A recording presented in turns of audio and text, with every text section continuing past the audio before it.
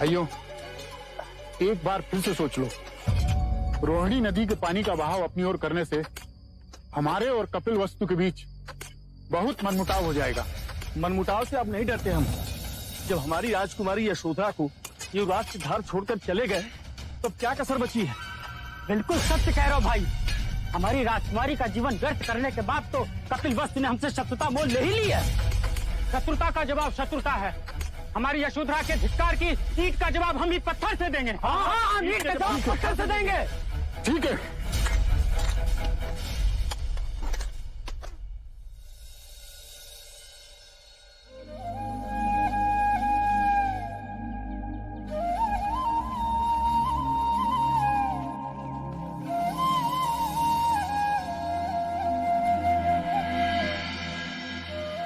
पालकी रोको। सिद्धार्थ, युवराज सिद्धार्थ, सिद्धार्थ।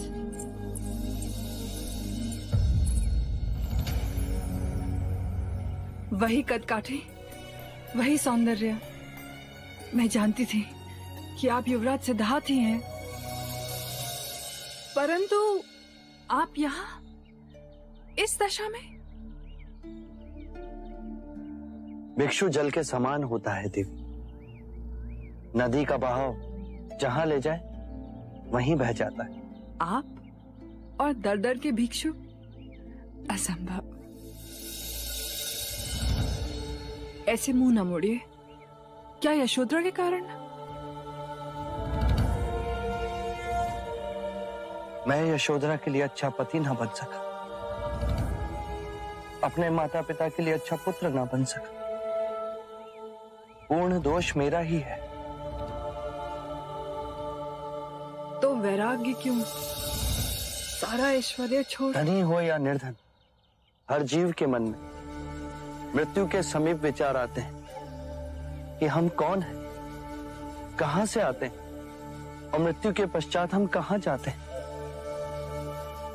अब इसका उत्तर पाना मेरे लिए इस जीवन से भी अधिक महत्वपूर्ण हो गया है।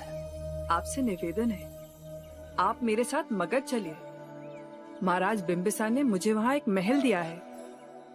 वहां साधना में आपको कोई बाधा न होगी और मुझे आपका सानिध्य भी मिल जाएगा। क्यों आप दूसरी बार मुझे ठुकरा रहे हैं? मैं वैशाली की नगर वधू, जिसके सामने बड़े बड़े महारथियों ने शीश झुका दिए, आपसे भीख मांग रही है। मेरे भिक्षा पात्र को यूं खाली ना छोड़े। मैं ना चल सकूंगा। तुम्हें मेरा सानिध्य नहीं, मुझे वशीभूत करना है। मैं वो हूं जिस पर सब मरते हैं, पर जब से आपको देखा और यशोधरा के प्रति आपका प्रेम, तब से मैं ईर्ष्या की आग में जलती रही हूं। आंख बंद करूं तब भी आपका सौम्य रूप मेरे मन में गूंजन करता है। धन एक नशा है, रूप भी एक नशा है। दोनों सर चढ़ते हैं, जब उतर जाता है तो हम स्वयं को एक गहरी खाई में पाते हैं। मैं आम्रपाली हूँ। आम्र के कोमल पालव से तुम्हारा नाम पड़ा, जिसके नीचे तुम पाई गई थी। मैं आपको अपनी स्वर्ण कक्षिका में आमंत्रित कर रही हूँ, जहां बड़े बड़े आने को तरसते हैं। जिसे मैं चाहूं वही आ सकता है। मैं उसकी शासक हूं। शासक या बंदी?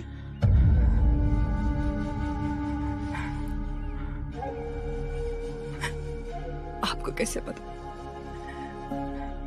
कि इस सुंदर शरीर के अंदर इतनी पीड़ा है? बिना जाने आपने मेरे दुख को पहचान लिया। मेरी मुक्ति का मार्ग आपका सानिध्य ही है।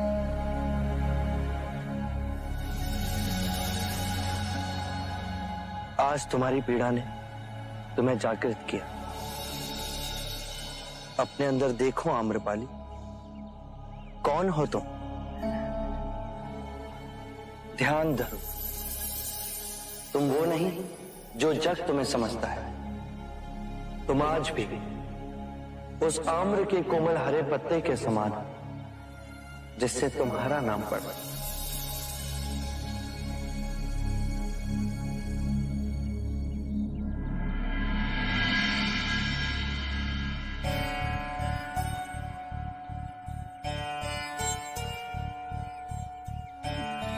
जिसने मन को वश में कर लिया वो सबसे बड़ा महाबली। तुम भिक्षुक कहाँ हो सिद्धार्थ? भिखारी तो हम हैं।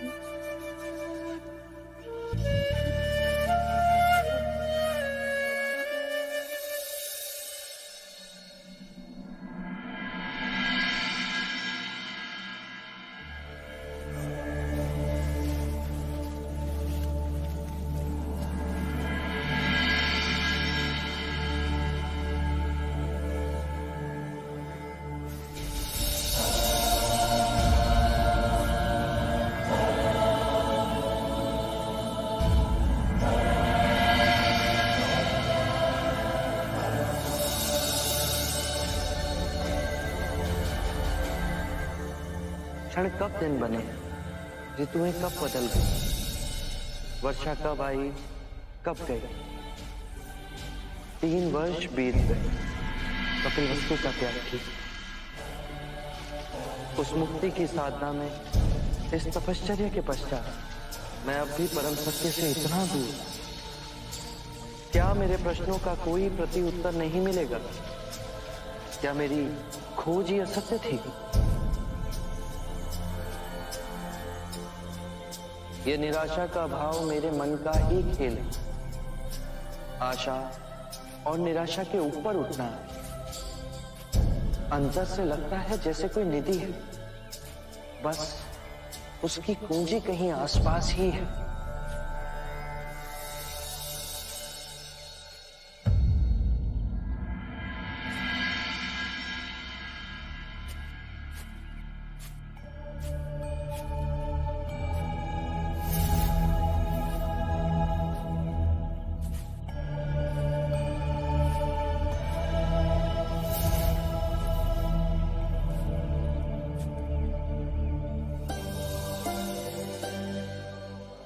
तुम्हारी जिज्ञासा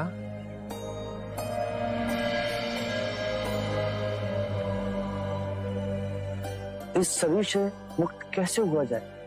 इस शरीर को सुखाओ, गलाओ, पिघलाओ, इसके सारे अहंकारों पर विजय पाओ। ये संभव है? क्षत्रिय हो, राजघराने के हो। आपने कैसे जाना? कंधों पर अब भी धनुष खींचने का चिन्ह है। हमारे परम गुरु भी तुम्हारी तरह राजकुल में जन्मे हैं। 30 साल की आयु में उनमें वैराग्य जागा। उनका सांसारिक नाम वर्धमान था, पर अपनी साधना और तपस्या से वे महावीर कहलाए। 12 साल तक वो गृह त्याग कर अपने शरीर को तपाते रहे, अपनी हर कामनाओं को उपेक्षित किया। फिर वो शांत हो गए, स्थिर हो गए। उन्होंने क्या पाया? केवल जाना कि आत्मा शाश्वत है। समय का कोई भी बंधन उसे बांध नहीं सकता, पर उसके चारों ओर कर्म के कण उसे अस्थिर कर रहे हैं। कर्म के चक्र से आत्मा को मुक्त करना है। अहिंसा इतनी पूर्ण हो कि मन में अहिंसक विचारों का भी स्थान न रहे। सत्य का इतना गहन पालन हो कि कोई भी प्रलोभन सिर्फ शमशान की राख लगे। ना चोरी कर, किसी के अनुभव की भी नहीं, और ब्रह्मचर्य का पालन इतना कठोर हो कि कोई भी शरीर की इंद्रियों को जगा न सके। सुखा दो हर उस कामना को जो शरीर की इंद्रियों से जागृत होती हो। इतने स्थिर हो जाओ कि मोक्ष की कामना भी समाप्त हो जाए। नीति नीति नीति।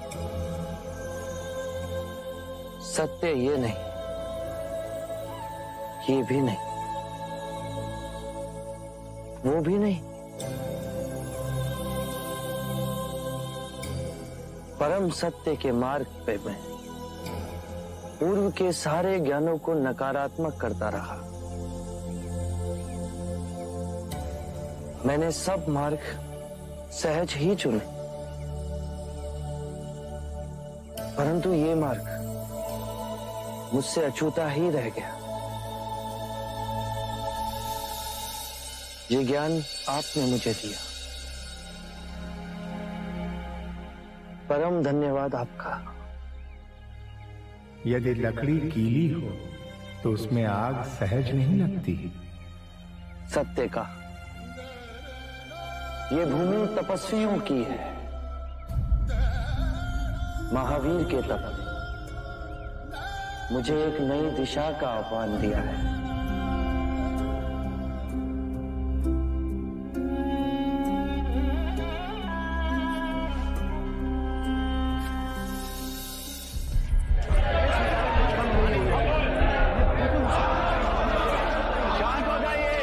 शांत हो जाइए। यदि इस प्रकार सब एक साथ बोलेंगे तो कुछ समझ में नहीं आएगा। आप लोग अपनी अपनी समस्या एक एक करके बताइए। राजा द्रोणोदन, कोलियों के किसानों ने जगह जगह पर रोहिणी नदी का पानी अपने खेतों की ओर मोड़ दिया है। इससे हमारे किसानों को पानी नहीं मिल रहा है।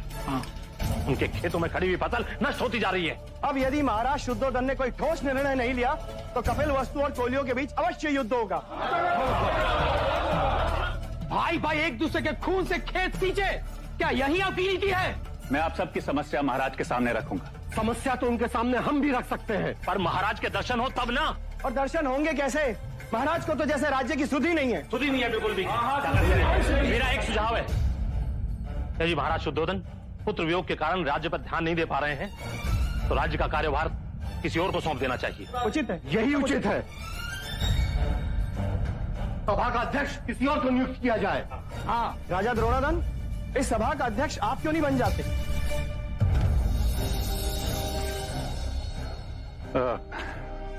ये उचित ना होगा, परंतु आप सब धैर्य रखें। मैं महाराज से बात करूंगा और यदि उन्होंने अपनी स्वीकृति दे दी तो अगली शाख की सभा में हम नया अध्यक्ष चुन लेंगे। हाँ, ये भी ठीक है। ठीक है। राहुल कहाँ गए? मैं नहीं छोड़ूंगा। इसे पकड़ लिया।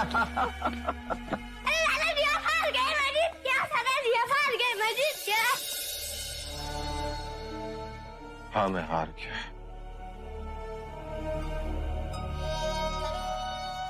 मैं हार गया।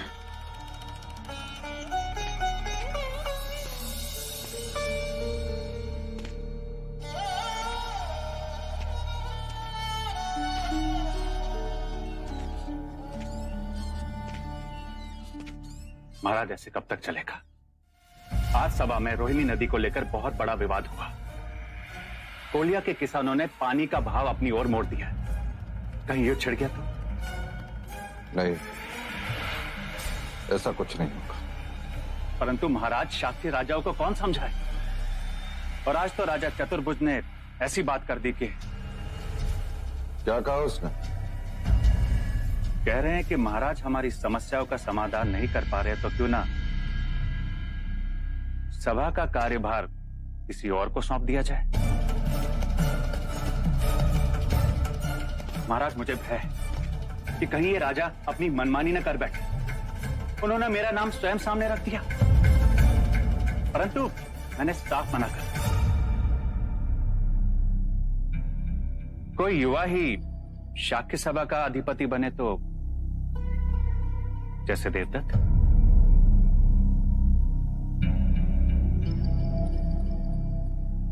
मैं तुम्हारे प्रस्ताव पर विचार करूंगा।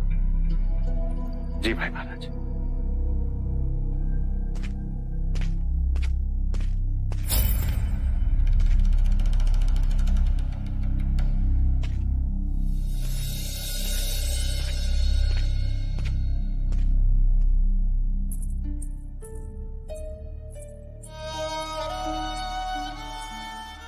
पिताजी, कपिल वस्तु का कार्यभार संभालने के लिए आपसे उत्तम कोई नहीं।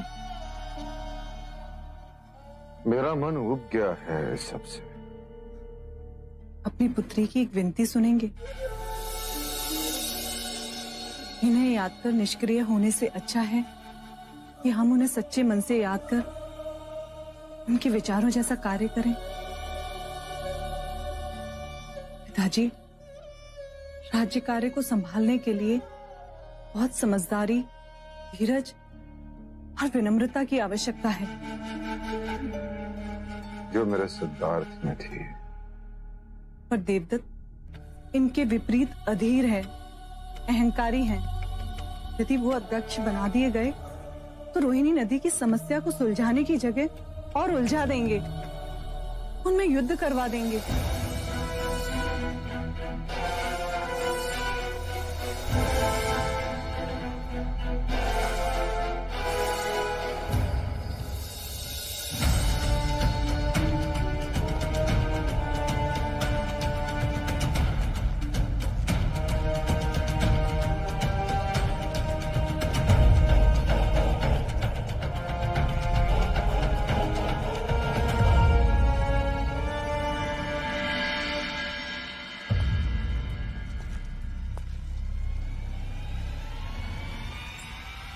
अब इस सिंहासन को ताकने का नहीं, उस पर बैठने का समय आ गया पुत्र।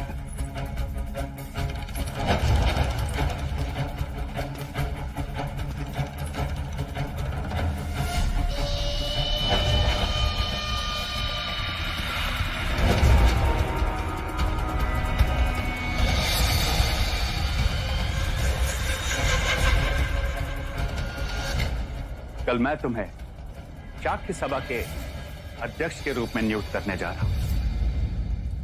अगला कदम चाक्य देश के महाराज का है और ये सिंहासन तुम्हारा।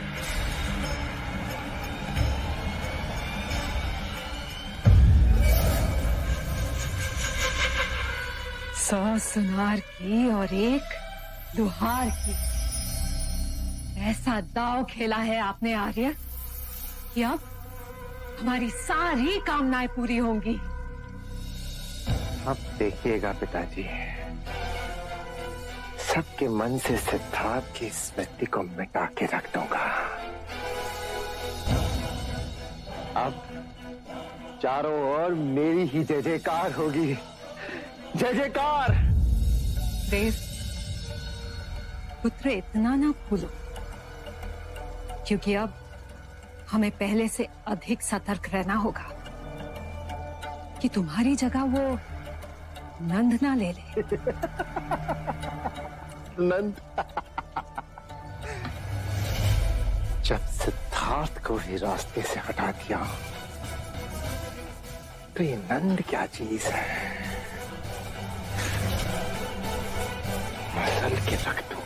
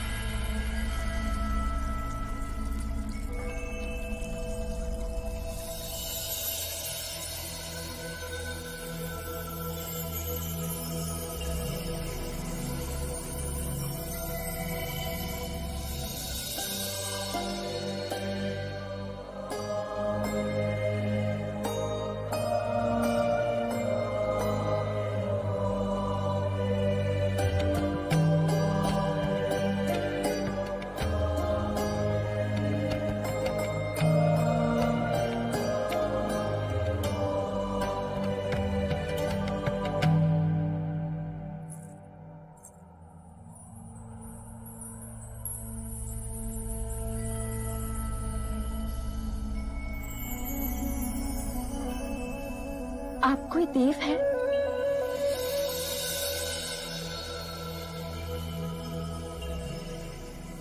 केवल मनुष्य। पानी पिएंगे?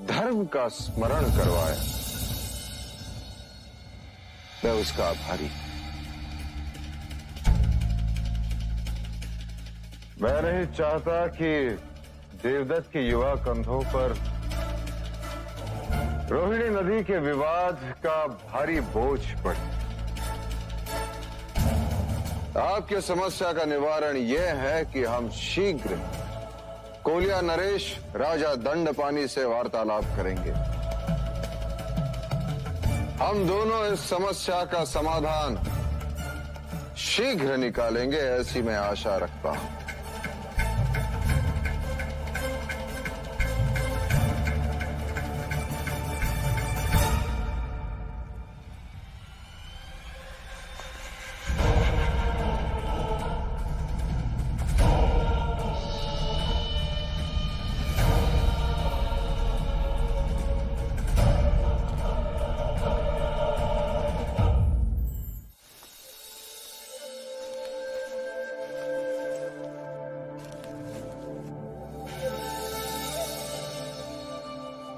दीदी, आप किसकी राह निहार रही हैं?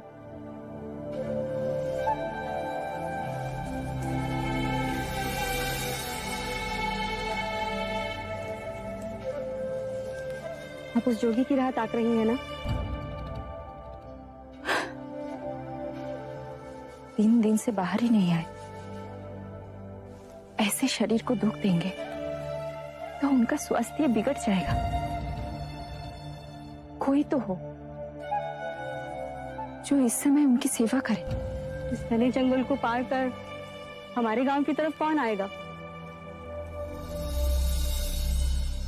हे भगवान, तुझे पाने के लिए जो इतना कठोर तप कर रहे हैं, उनकी देख रेख का भार भी तेरे ऊपर है। कोई तो हो जो उनको संभाले।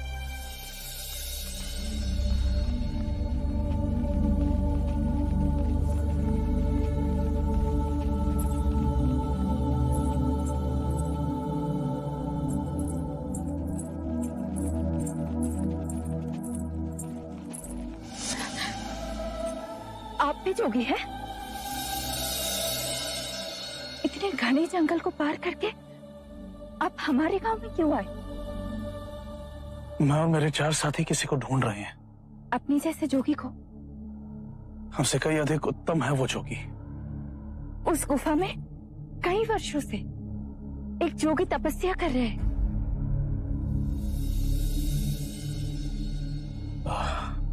उस जोगी की आयु लगभग 30 बरस है। हाँ, लंबा कद, कमल के जैसे नेत्र, शांत, सुंदर। उनका नाम? सिद्धार्थ। वही दिव्य सिद्धार्थ जिसे ढूंढते हम जाने कहां भटक गए थे। आपका धन्यवाद। आपका भी धन्यवाद। मैंने अभी भगवान से मांगा कि उनकी देखरेख के लिए किसी को भेज दे, और देखो आप आ गए। उस गुफा से वो नदी की ओर प्रातः आते, नहाकर 3 चुल्लू पानी पीते, फिर कोई एक पका फल खाते। 3 दिन से वो बाहर ही नहीं आए। मैं उनके लिए बहुत चिंतित थी। इतना कठोर तप कर रहे, कहीं उनका स्वास्थ्य बिगड़ा तो। लेकिन अब आप आ गए। जोगी बाबा, तनिक रुके। आप उन्हें ये फल दे देंगे? अवश्य।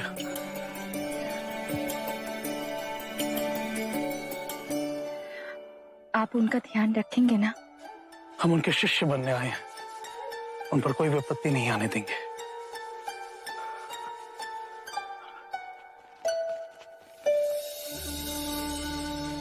जो आप मुझसे मांग रहे हैं वो असंभव है। क्यों सिद्धार्थ? मेरा गुरु कह रहा है कि मैं उसे अपने शिष्य के रूप में स्वीकार करूं। ये हमारी यात्रा का तीसरा चरण है सिद्धार्थ। गुरु शिष्य से गुरु भाई, और अब तुम्हारा शिष्य। बप्पा, असाजी, महानाम और बद्रिका भी इसी आशा में तुम्हारे पास आए हैं। तुम्हारे जाने के 1 माह पश्चात मुझे भी समाधि मार्ग के 8वें चरण की उपलब्धि हुई। मन में पिपासा जागी कि इसके आगे क्या, और तुम्हारी ओर मन खिंचा चला गया। जब तुम्हारा शिष्य बनने की बात गुरुदेव उद्रक रामपुत्र से कही, वो बहुत प्रसन्न हुआ। तुम्हारी इस तप की यात्रा में तुम्हारे सहायक नहीं तो तुम्हारे सेवक तो बन ही सकते हैं। अवश्य, पर सेवक नहीं, सहयोगी, सहयात्री। जीवन के इस खेल के पीछे जो अविनाशनीय सत्य है, उसे देखने, उससे एक होने की यात्रा में मैं निकला, जिससे मनुष्य जाति के लिए कल्याण का मार्ग खुले।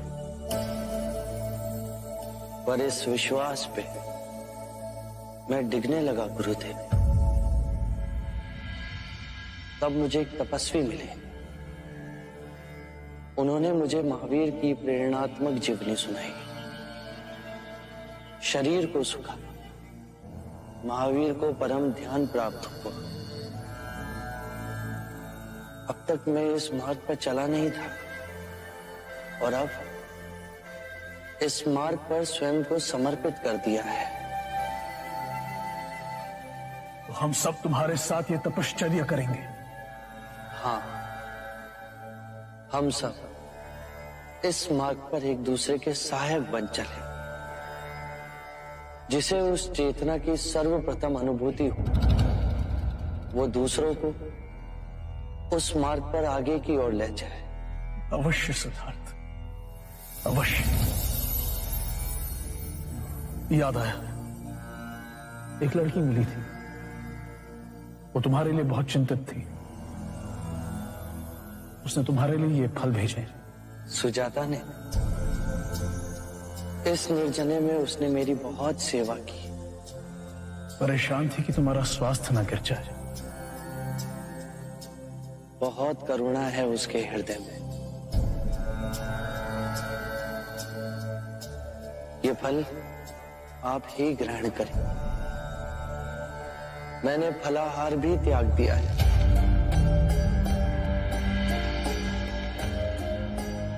तो सिद्धार्थ, अब मैं केवल जल ग्रहण करता हूं। सत्य कथा, पुरुषार्थ कथा, सुनो सुनो सिद्धार्थ कथा।